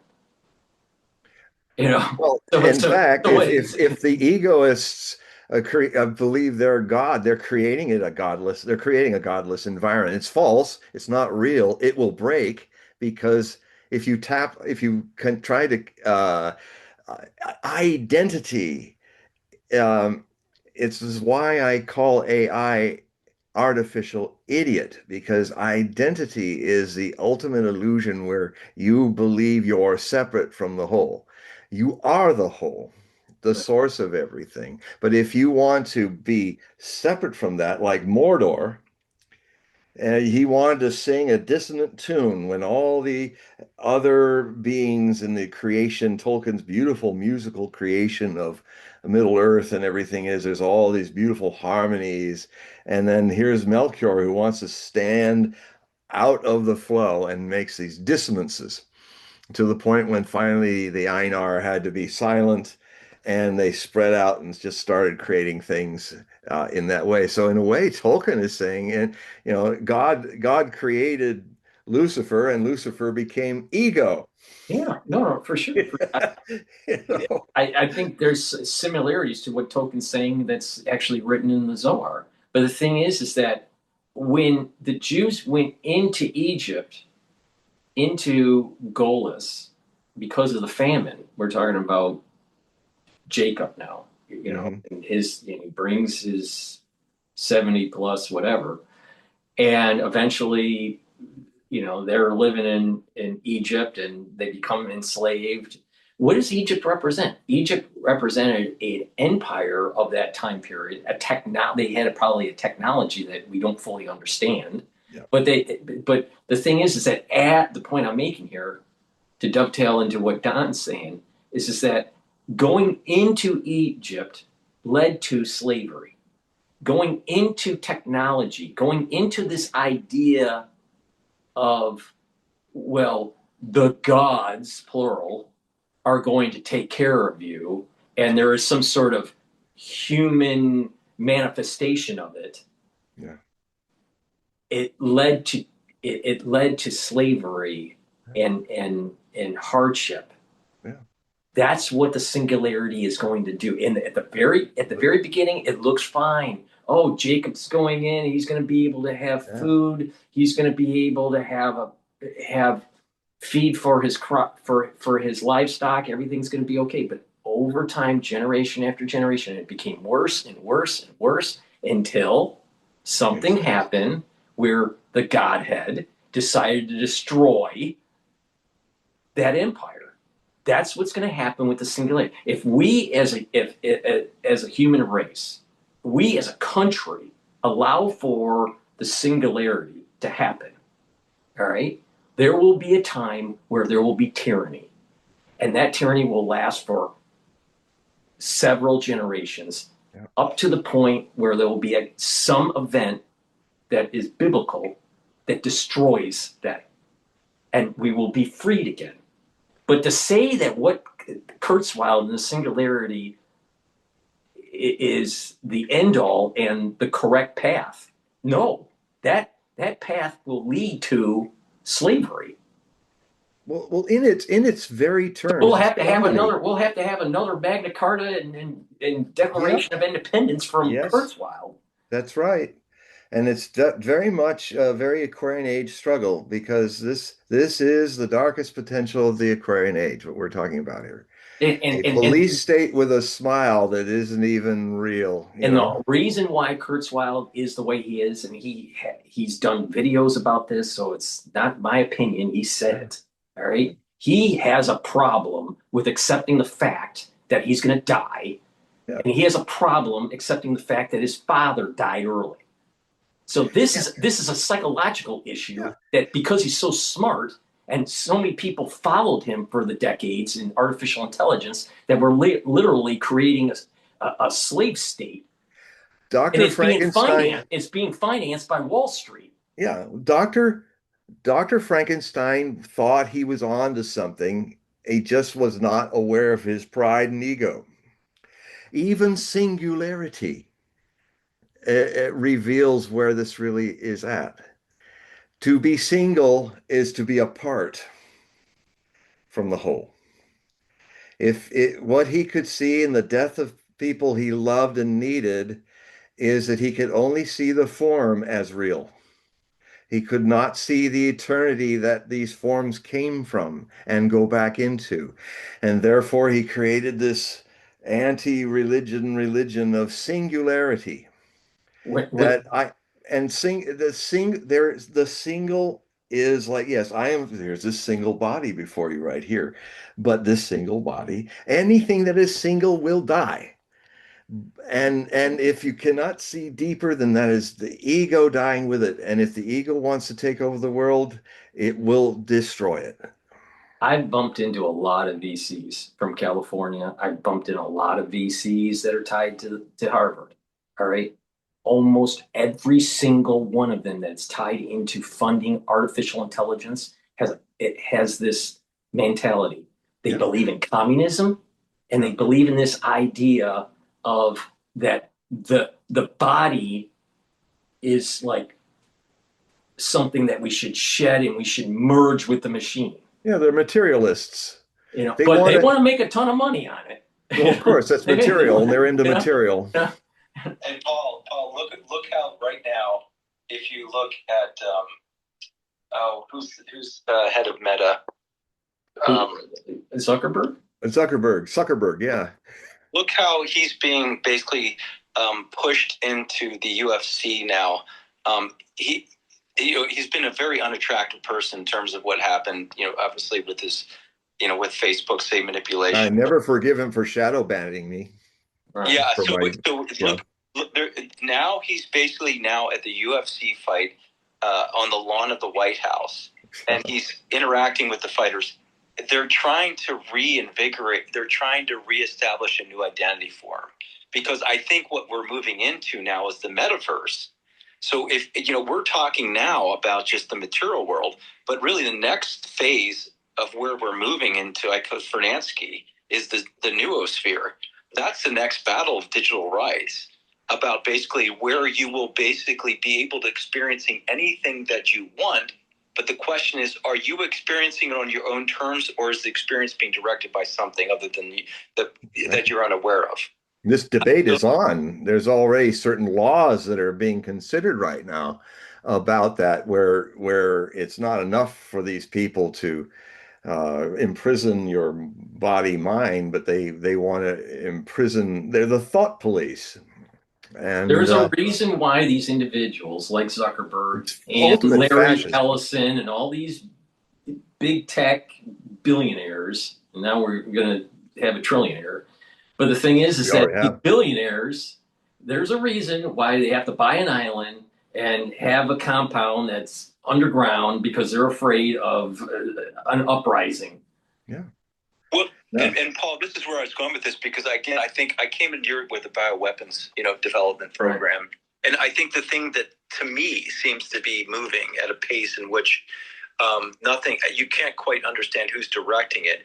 If we truly are allowing the technology to basically move at a pace undirected by any type of oversight by being, then therefore, they are coming perhaps with answers from the simulations that would direct them in a way that's saying, we're going to be developing technologies in which these energy density systems that we're developing, you could put something in the backyard of your neighbor, of a normal household, but at the same time, it could blow up the entire community. Right. So the question is, what is going to be overseeing the decision making of that person that now has access to the technology, and I, what I hear from John, which I agree with, you either go towards this radical individualism, which the individual will be constantly monitoring his own internal decision making to his make own tyrant. Or you give it up to sort of the centralized, and that's why I think Peter Thiel is talking about the Antichrist, because he says it's a system. It's not necessarily a person. He is the Antichrist. Yeah. But he's trying to define it as a system, not necessarily. Well, I think what happens in our system of government, because of the lobbying, the lobbyists are going to create laws that are going to protect their monopoly. Yep. Now, it's going to be the tech bros that are going to be part of this lobbying group, creating laws that will protect them. Some accident will happen. It will piss off everybody. And you know what? Maybe the next revolution won't be an American revolution. It may be something reminiscent of the French Revolution, where it's going to be a lot more bloody, and then it's going to erode our system of government. Yeah, it's going to be French. And the thing to understand is that the American Revolution was kind of the incubator, but it was the French Revolution that exploded revolution for a century across the world. The revolution, the igniter of a lot of change, and it even did it through very strange ways, like the earliest modern fascist using the fascia imperial Roman kind of world was Napoleon Bonaparte. Right. But Napoleon Bonaparte, in a strange way, used his imperium to spread the ideas of the French Revolution in a way that even a democratic person could not do. And he had this very violent 12-year Napoleonic wars and exhausted himself in Russia and was gone. But what he left behind, almost accidental to himself, was that the only way the coalitions of European nations and the crowned heads could defeat him was they had to think and live like him. So in a way, his revolutionary ideas of the French Revolution was spread across Europe, and within a generation or so, you had the 1830 revolution, you had the 1848-49 revolution of the European Spring, and you had all this revolution and that led ultimately some dark ones like the Bolsheviks and the brown revolutions of the fascists, but it also led to good things too. So it's we're about to enter that cycle again, but now it's going to be, because of our interconnectivity, it'll be a global revolution, sink or swim. So if we get the singularity, whenever it is, some people predict that it's going to be coming in 2029, maybe 2035. Kurzweil's first go with the estimated year was 2045, whatever year, but let's say it's 2045. But when that does happen, we're going to have to reread our Declaration of Independence. And the main theme of this was basically, we are born free. Yeah. And that it is our absolute right to shed the yoke of tyranny. And if the singularity ends up being tyrannical on my life, it is my obligation and right to destroy it. Yes. It will be the rebellion against the machines. Yep. Herbert was a prophet, but he wasn't talking about something happening 10,000 years So all from these singularity, all these individuals that are aligned with the singularity and the Singularity Institute and really pumping all this AI stuff, what's going to happen is there's going to be a group of people that are going to channel their Caesar, Julius Caesar. They're going to march into Gaul. They're going to chop their heads off and put it on a pole, because this is not going to be acceptable to. But to then society. they will get home, and Caesar will become a god.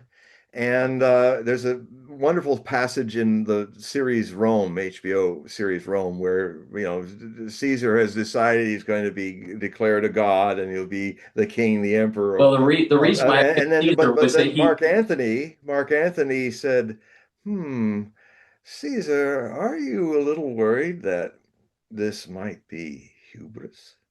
Right. But then Caesar said, yeah, only if I fail. Right. But the reason why I picked Caesar, maybe I should pick Richard the Lionheart. I don't know. But the point here is that you need a group of people that are saying enough is enough with this, and we're not going to allow this to happen. And just because there was a lobby group that was able to capture Congress to allow this to happen doesn't mean it's right, and that we, the American Republic, needs to fix it. Now, we can fix it through a peaceful means with laws, or we can destroy it. Yeah. But I personally feel that with everyone that I've ever met that was tied to the Singularity Institute, that was tied into artificial intelligence funding, they're all crazy. Every single one of them is crazy. They're more than that. They're psychotic. Well, okay. I mean, some people can be crazy, right. Well, okay, and they can get over it. All right, but these people are the darkest. But they're definitely not. They're definitely not aligned with our constitutional republic. I would, if they want to make their little, Emperor Jones island empire, I would grant them the right, if they want I see what was to live in their own weird house, not in this country, but they can be somewhere else on their little desert island, trying to see who's the more singular than the other. Right, but the thing is that I see this as an existential threat on our constitutional freedoms and our life. It's everything. Just as much as the bioweapon development. Absolutely. This is crazy. This stuff is crazy, and it should. Well, as I said, this is the worst. We can survive nuclear war. We could survive bioweapons even, but this source of that is now trying to gain power. They are a becoming that has lost their soul. They've forgotten it. They've disconnected, and there's no good that's going to come from that. Only, you know what? It's interesting because you were talking about how we're in this new cycle, right? The Pluto cycle and all this. We may have that another civil war, but it's not about slavery. No.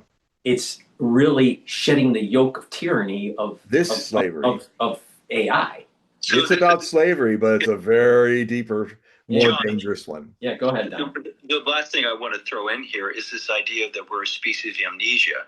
And I go back to Plato's, what do you say, allusion to Atlantis. There seems to be, and we see all now with LIDAR, all these civilizations buried in the jungles or underneath the oceans. That, I find it fascinating that nobody, especially in the universities, want to recognize that there seem to be these catastrophic events that perhaps reset civilization. And the question I have, are we basically having the same conversation that the previous civilizations were having at the time of destruction? And that's a serious topic that I think should be have, but it just doesn't seem to. All of these whatever apocalyptic or Armageddon, all these civilizations buried in the jungle, we don't want to necessarily discuss exactly perhaps what led to their destruction. It's just sort of more of an interest, like a shiny object. This is just interesting. Well, really understand.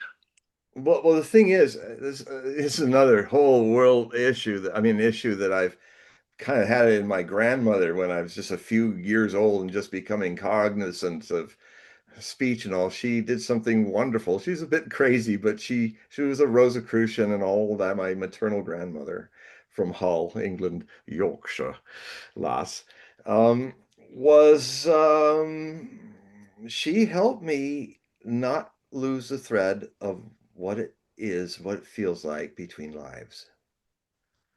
And because she talked about it at a time when, and I was open to it. It's like I've bumped into children that have been allowed just to go their own way with the mystery, and I've often sat down with children where they describe very clearly that, oh yeah, I used to have an old beard and white hair like you did. And I say, well, tell me about it. And because I also remember who I've been before many times. And so she didn't, I retained the thread. And the other thing that she did, at first it really terrified me and my brother, but she talked a lot about Atlantis and a lot about the story of Atlantis, a very powerful, in fact, a lot of people that written books about esoterica books like Montgomery and her books with her guides said that most of the people that are incarnated in America are Atlanteans, and they have exactly the same potential of blowing everything up. Now, there's a lot of interesting possibilities. Even one of the earliest things I remember is I was watching some serial, 1930s black and white serial, and it was showing the moment when the baby Superman was being launched off of Krypton by his mother and father, and then because he had foreseen the sun was going to destroy Krypton, and they wanted to save their son. At least we could do that as they're hugging each other, and the world ends.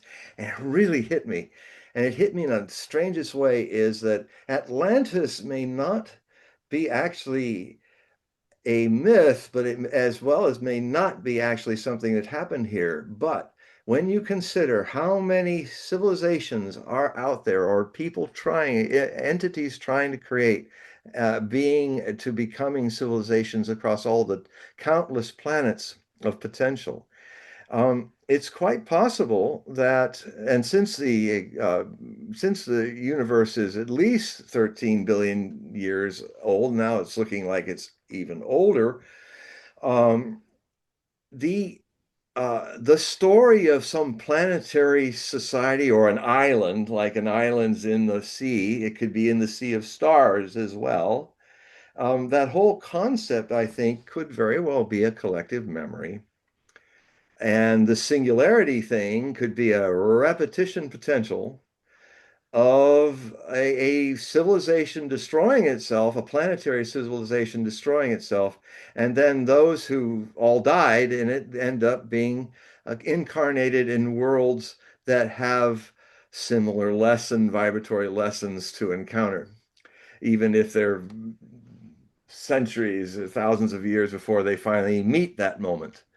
But I think it's very possible the human race is a bunch of Atlantean souls that ended up starting all over again on this planet, and now we're reaching a Fermi's paradox moment where there are certain high priests of power that are so deep into their egos that they want to spread their artificial intelligence all over the world as a tyranny, as a singularity, and that kind of pride that can end a world is now having its moment to test us all again.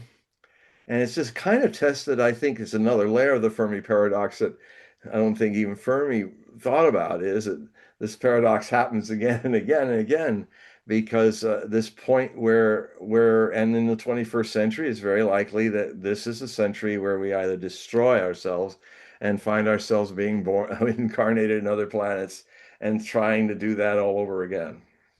I think another great observation is that most of the ones that are at the cutting edge of artificial intelligence, they all have some sort of family problem.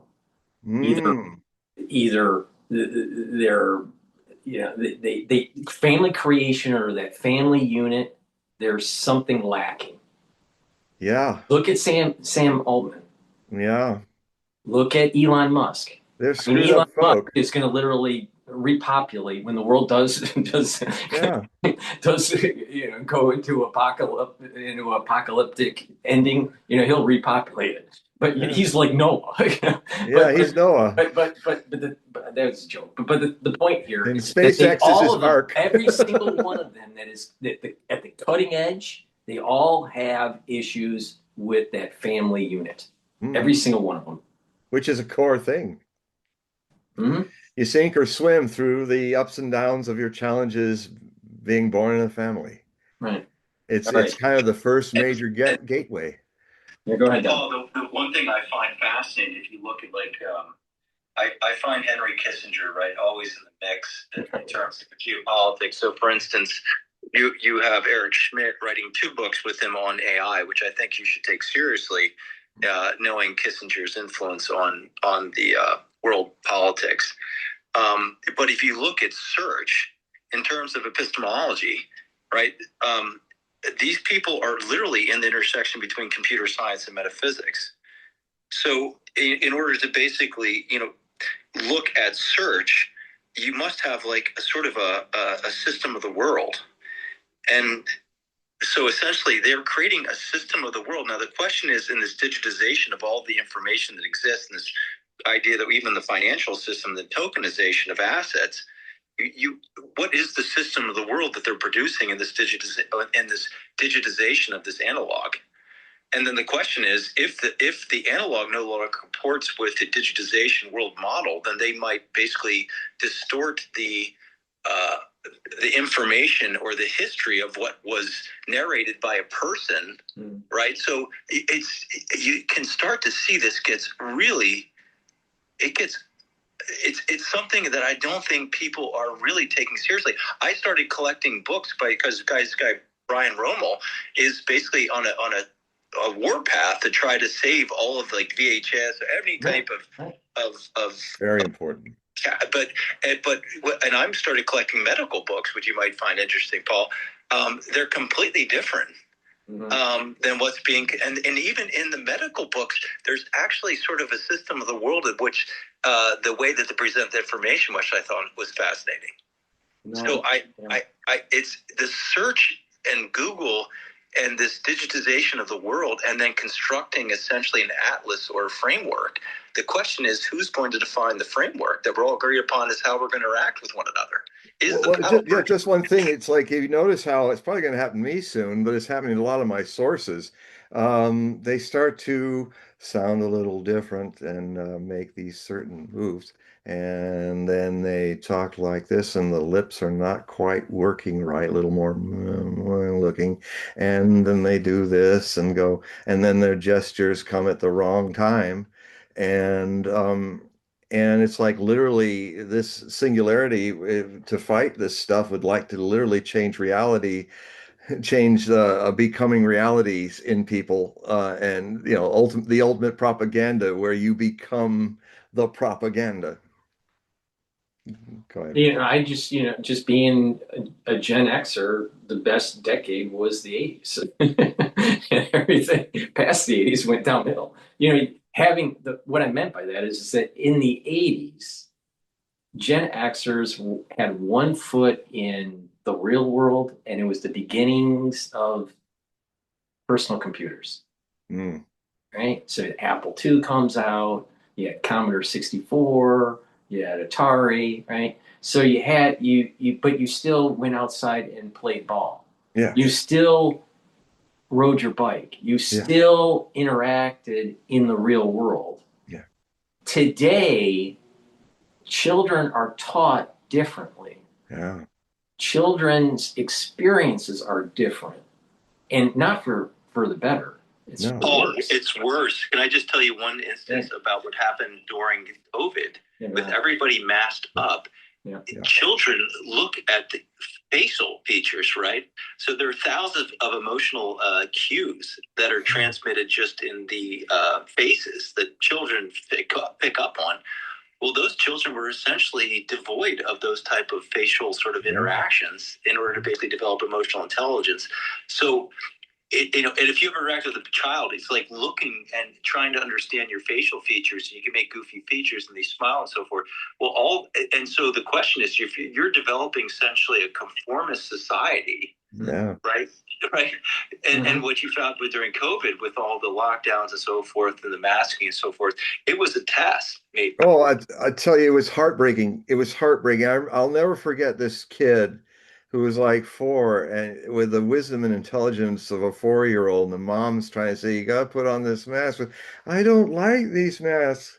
I can't see anybody. I can't. He was and no, you have to wear the mask. But why? I feel trapped, and I can't see what people. He was like talking about. Then everybody's going to be like a spook. And to your point, I always see the children in the sense they're most connected to the divine because they're not perverted by any type of narrative. Yeah. Right. They're just seeing joy. And then they're just devoid of the joy of interacting with someone who basically sees the joy of the child. So it's just the whole thing is just and by the way, I talk to teachers. They're seeing a drop in IQs that happened during COVID. Oh, big. So not only just a drop in IQ, but also sort of this conformity. And this perhaps the development of sort of antisocial behavior that happened with the children that came out of that. Metropolis. It's Fritz Lang's Metropolis, everybody. It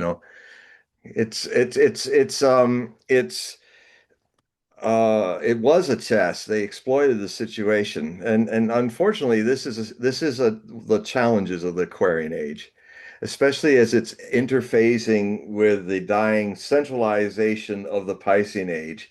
These singularists and all are really in a desperate attempt to hold on to the dying Piscean Age, which in its heyday centralized everything, religions, power grids, freeways. It was all about connectivity and centralizing. The Aquarian Age in the next century is this revolution will be happening or not, is about decentralizing everything the Piscean Age centralized. Ultimately to the point where 100, 150 years from now, the ultimate goal of the Aquarian Age is the paradox of groups and masses of people in Aquarius in the age who are all sovereign individuals. And therefore, being sovereign individuals, they are the best people capable to live in community with other sovereign individuals. That's the political and social future in a nutshell of what the Aquarian Age is all about.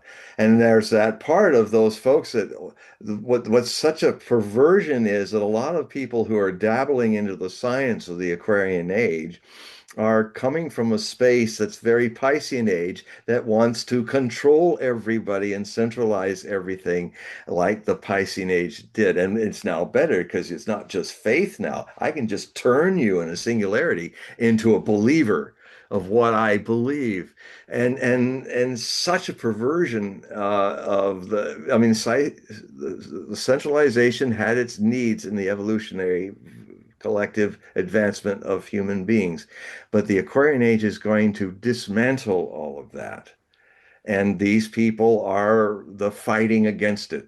These singularists, they're fighting against it, and hopefully they will not succeed. John, can I ask you one question on this? Which I was just down in Washington D.C. and I saw at the Library of Congress.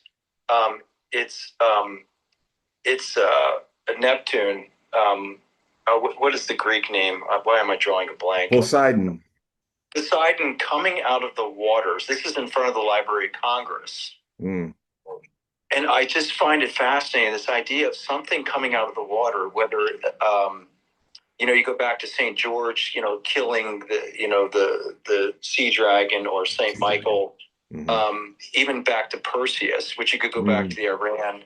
It's this Kraken. Something coming out of the water. And I saw why is it that we have a pagan god, Poseidon, coming out of the water in front of the Library of Congress, which you could argue is essentially where this information that would lead to sort of this scientific, there's these deist people like Jefferson who came from the Enlightenment, with seeing this information as being fundamental, but yet it's Poseidon who's in front of it.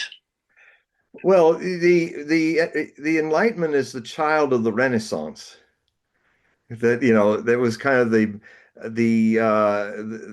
love of classical wisdom. The Dark Ages had erased that from the mindset. And talk about a big COVID moment when it comes to culture.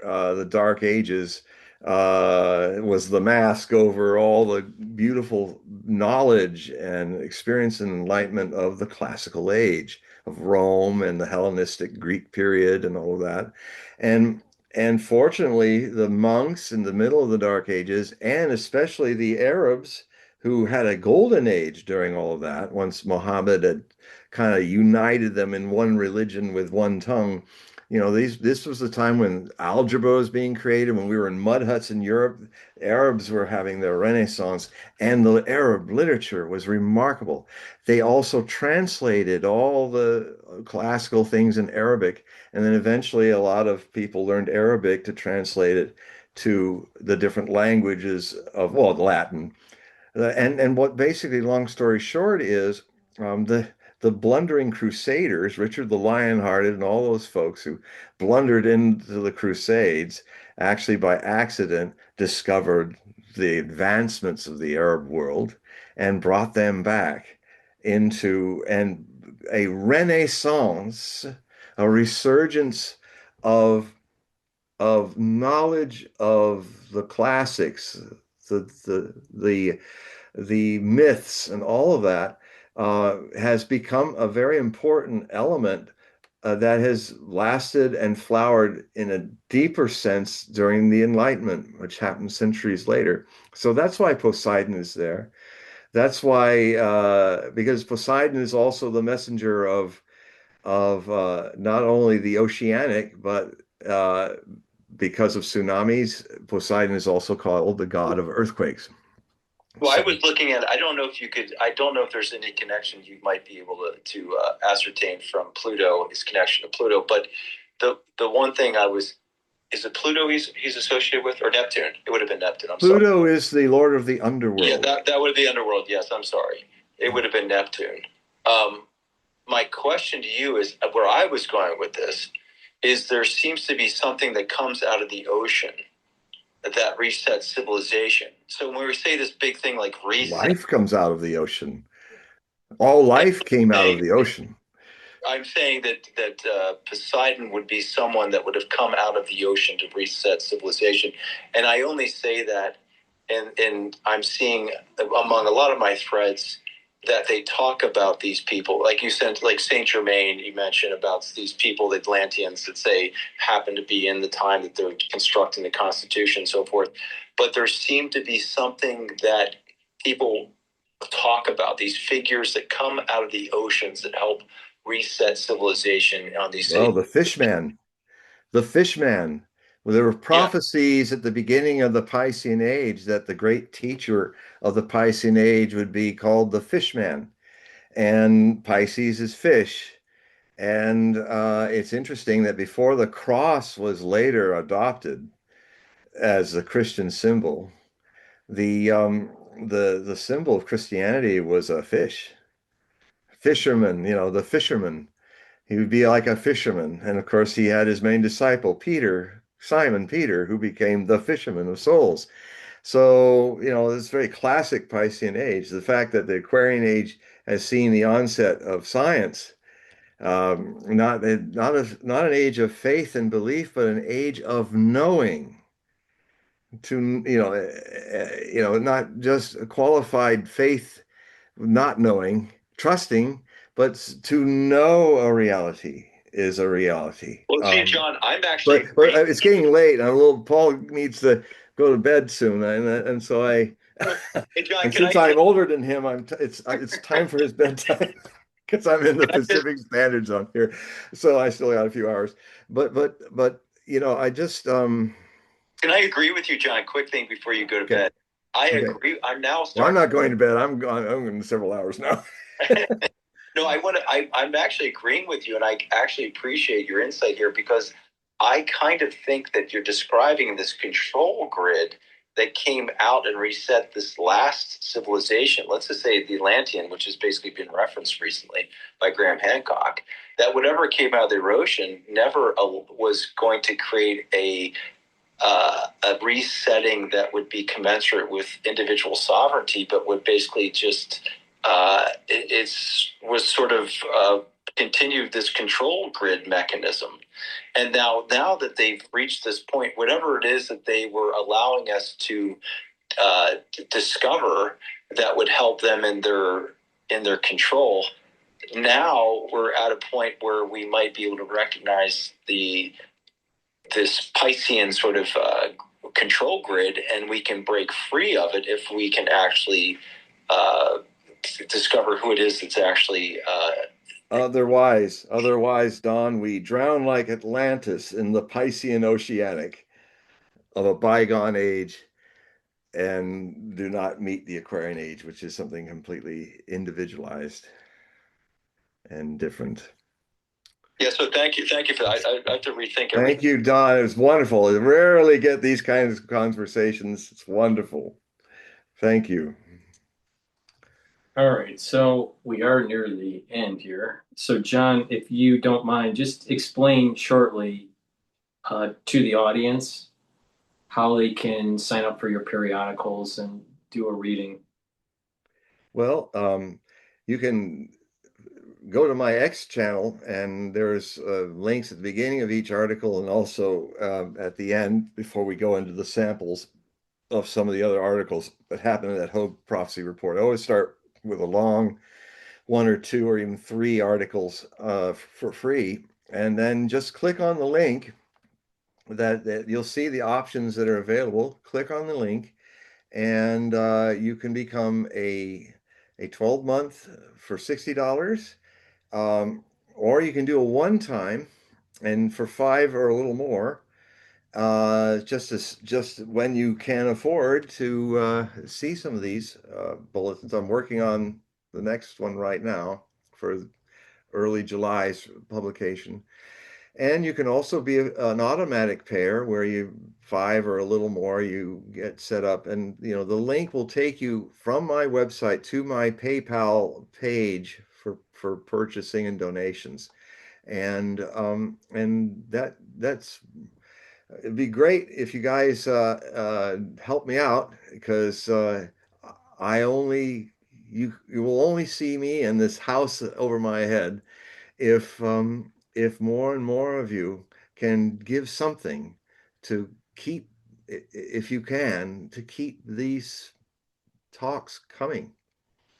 And if you read me, it goes even deeper in things that go on, because I have the time to really break it down as well. So help support us with your financial support, whatever you can give. And thank you for watching this, and thank all of you who have yet to watch this in reruns in advance, for letting letting us share our time and insights with you in your time. And thank you. And I just want to remind everybody, in the description of this video and all the videos I do with John, you can get to the links that will take you to his website and his X page. So please click those links, and also share the videos. Ask your social media to follow us so we can grow this show. We want it to be interactive. Today was really Yeah, it was great. cool, and everything is unplanned. So I like it. And also, if you want a private reading, there's also a link there that you can get a private reading from me, and you can spare 3 hours.